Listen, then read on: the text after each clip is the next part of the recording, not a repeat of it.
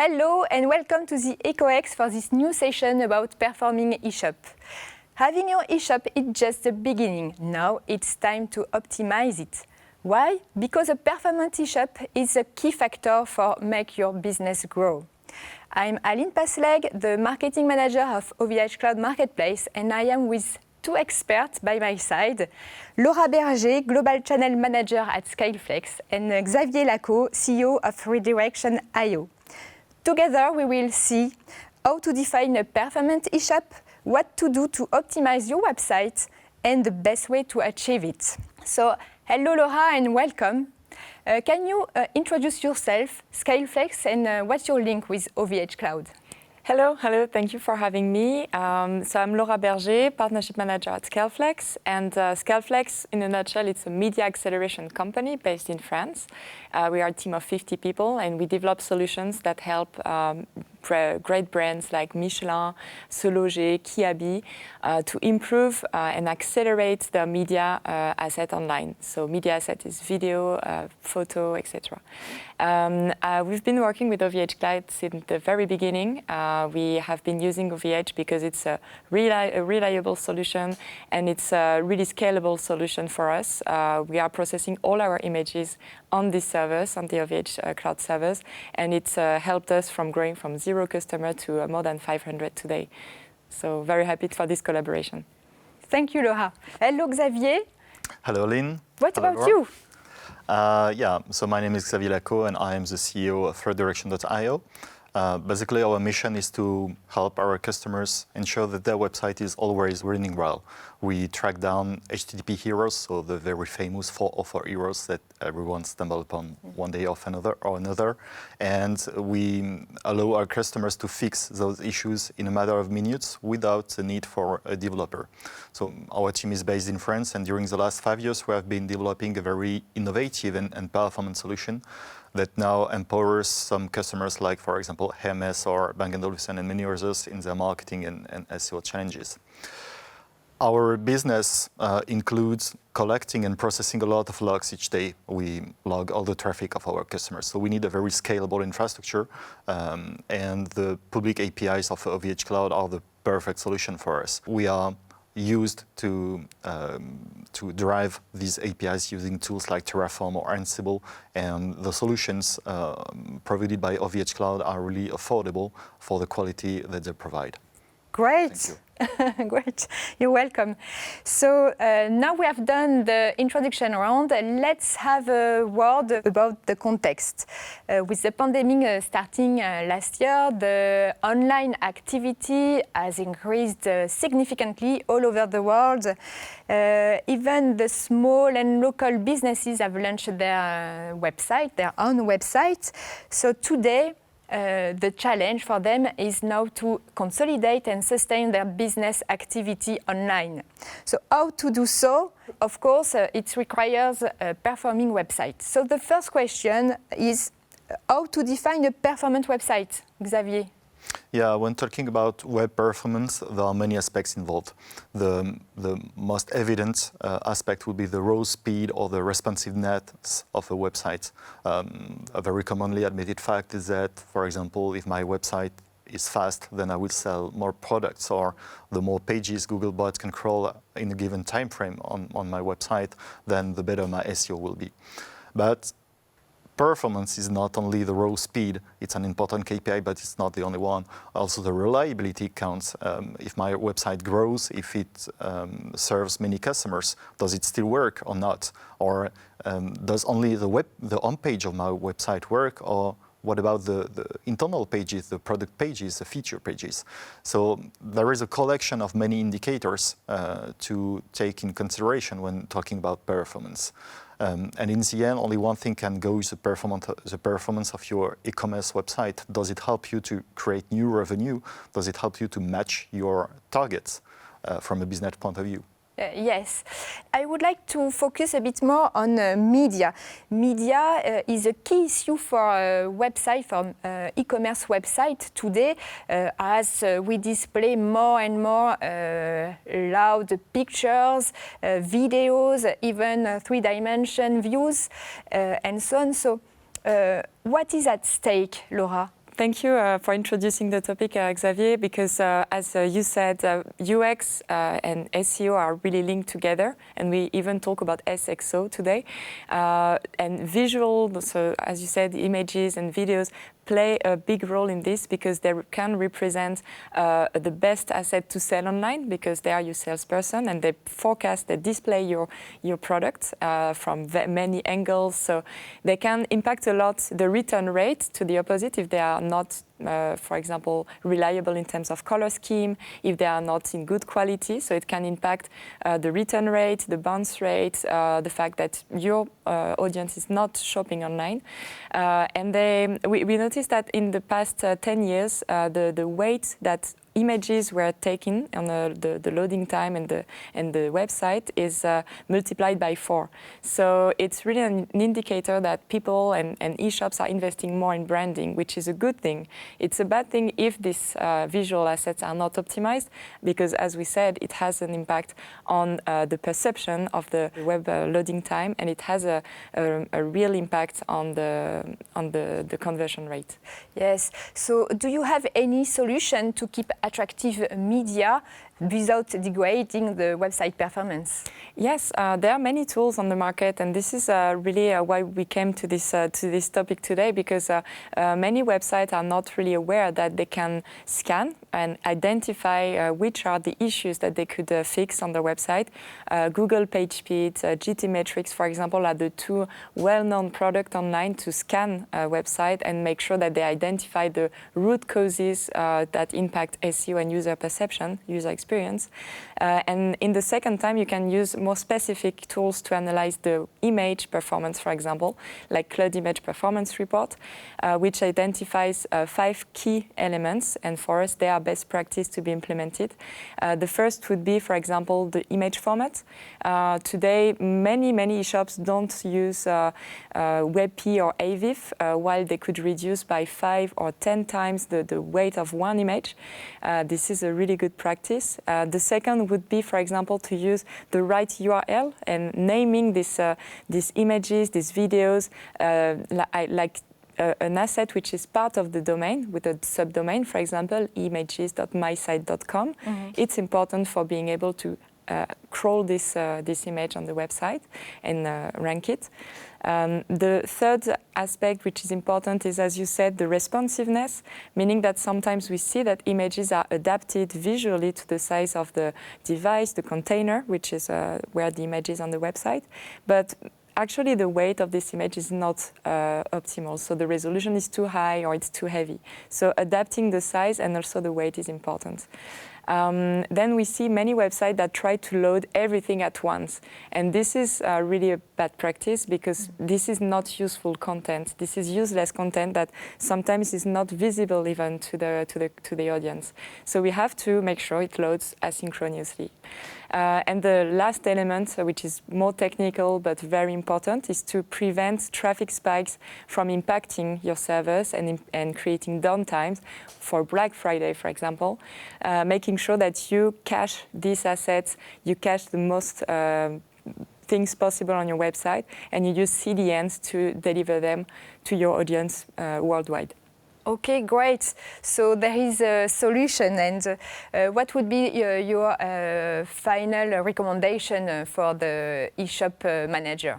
So for me, it's just being able to differentiate. I just said that assets and visual content can impact the conversion positively or negatively, but if you think of optimizing them, they could become really your best salesperson once again. So be creative, invest and do these branding efforts on your website, because this is what will differentiate your e-shop from the one next door. You have a lot of competition, and this branding is key really to convert online.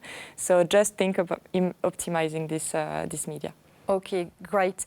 And a best practice to keep control is to use monitoring tools like Redirection.io. So we all know that the speed of the website is the fundamental KPIs to watch. But what other indicators can help us to optimize our website? Yeah, the raw speed of the website is in one very important indicator, a very important KPI that you can work on.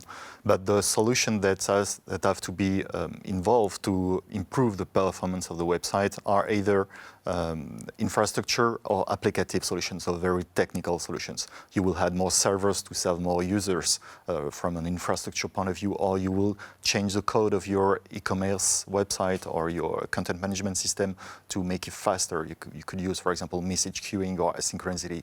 But these are technical solutions that are not available to non-technical savvy people. So the website owner or the marketing manager won't be able to change the code of the website. Yeah. So you need to use some other tools to assess the performance of your website. The first tool is, for example, a financial dashboard to understand if your website is performing well, if it's creating new revenue or not.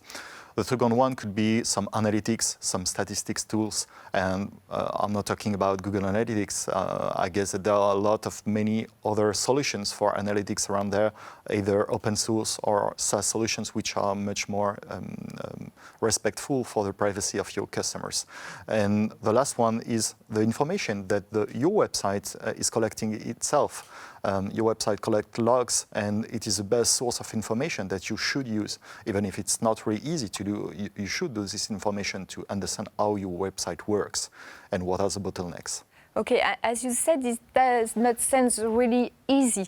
So how to help a business to get real insight from all these logs and metrics? Yeah, usually SEO agencies use the raw web server logs, so I mean the Apache or Nginx logs, but it requires a real knowledge to extract information from these files because they are very long and chatty files with a lot of errors inside, so it's not really easy to read for a non-expert. So you have to use external tools like, for example, Redirection.io, which provides a way to collect logs in a live way and to filter these logs, to group by URL. And this will help you to discover tendencies and to spot the most frequent errors and to fix them right away, which will be good for your user experience because your customers won't find any for error again, for example. And it will be good also for your SEO because you will stop losing some Google crawl budgets. So you have to use such solutions. Thanks. I would like to know, based on your experience, both of you, what pitfalls should we avoid when trying to optimize a website? I think that the first pitfall would be to try to do everything by yourself. Do not rely only on yourself, but there are solutions around there. Use these solutions. The difficulty would be to find the good solutions. There are ways to choose the solutions, but it's not an easy task. And as a last advice, I would say do not use too many solutions. I often see many websites which are cluttered by many tag managers and tracking pixels, which turn the user experience into a painful one. So it is not better to use many tools. Choose the right tools first. Okay, you are talking about tools. Do you have advice to help us to find the right tools? Yeah, read other customer advices. They are already users of this solution, so they can give you some feedback about the quality of the solution. Also, you can find such advices in SaaS directories, like, for example, the OVH Cloud Marketplace, which is a very convenient way to find quality solutions because they have been created and chosen by OVH Cloud. And also, you can ask for demos or some feedback of existing customers. Okay. Is it worth subscribing these tools? Can we expect a real benefit, a real return on investment? I would say that the usual return on investment is almost immediate. Building your own technologies yourself, your own financial dashboard, your own logs analysis tool, and so on, yourself will be extremely costly. But buying solutions from SaaS vendors will represent a cost, but you do not have to only see the cost. You have to see the opportunities. Let's take an example. The basic license for Redirection.io costs 20 euros a month. So this means that 2 years for the license of our software costs less than 1 day of a developer in France, and you will get much more features in the long term. So the return on investment is already good. And yeah, we have exactly the same experience and feedback on the market. And I would add up on this, for example, using image optimization solution, video optimization solution help really reducing drastically the CDN traffic, for example. So you would use less bandwidth in the end and pay potentially less. Same thing with the investment that are made on creating a lot of branding and new assets, new collection, photo shooting. In the end, you already invest a lot creating these assets. So if they are not performant, it's just throwing it to the trash. So this is why, for me, the ROI is very easy to monitor. Okay, great. So a last question, because we are at the EcoX. What does the ecosystem represent for you? So the EcoX and the ecosystem is really important to us. At Scaleflex, we work since quite many years with OVH Cloud, and it's opening a lot of doors, a lot of gates to create a real offering, a common offering for our customers that are really sensible about privacy, about compliance, about getting a local support, about getting flexibility and real interlocutors. And I think we share the same DNA on this one. So we will meet then with other companies that really have the same way of working, like Redirection.io.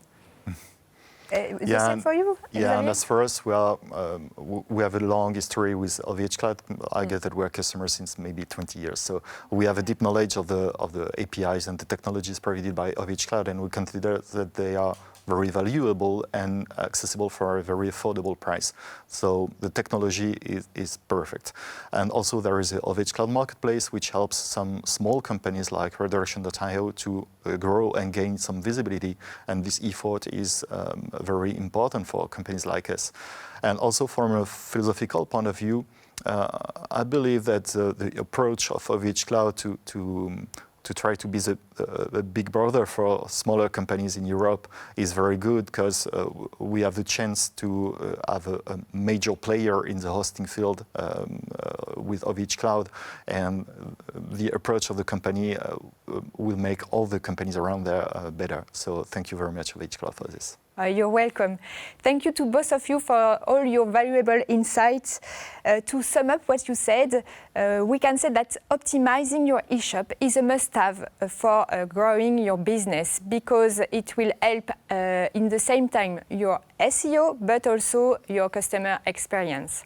So, and the best and easiest way to do this is to use a SaaS solution, and of course, trusted SaaS solutions. So I take the opportunity to remind that Scaleflex and Redirection.io are partners of OVH Cloud, and your solutions are available on the marketplace. So thank you. I was really happy to have you both in this session. And at the end, I will say that this session is typically the illustration of the strength of the ecosystem. I mean, the combination of the skills of your skills. So thank you very much. Thank you. Have a nice day and a great EcoX. Bye. Thank you. Thank you.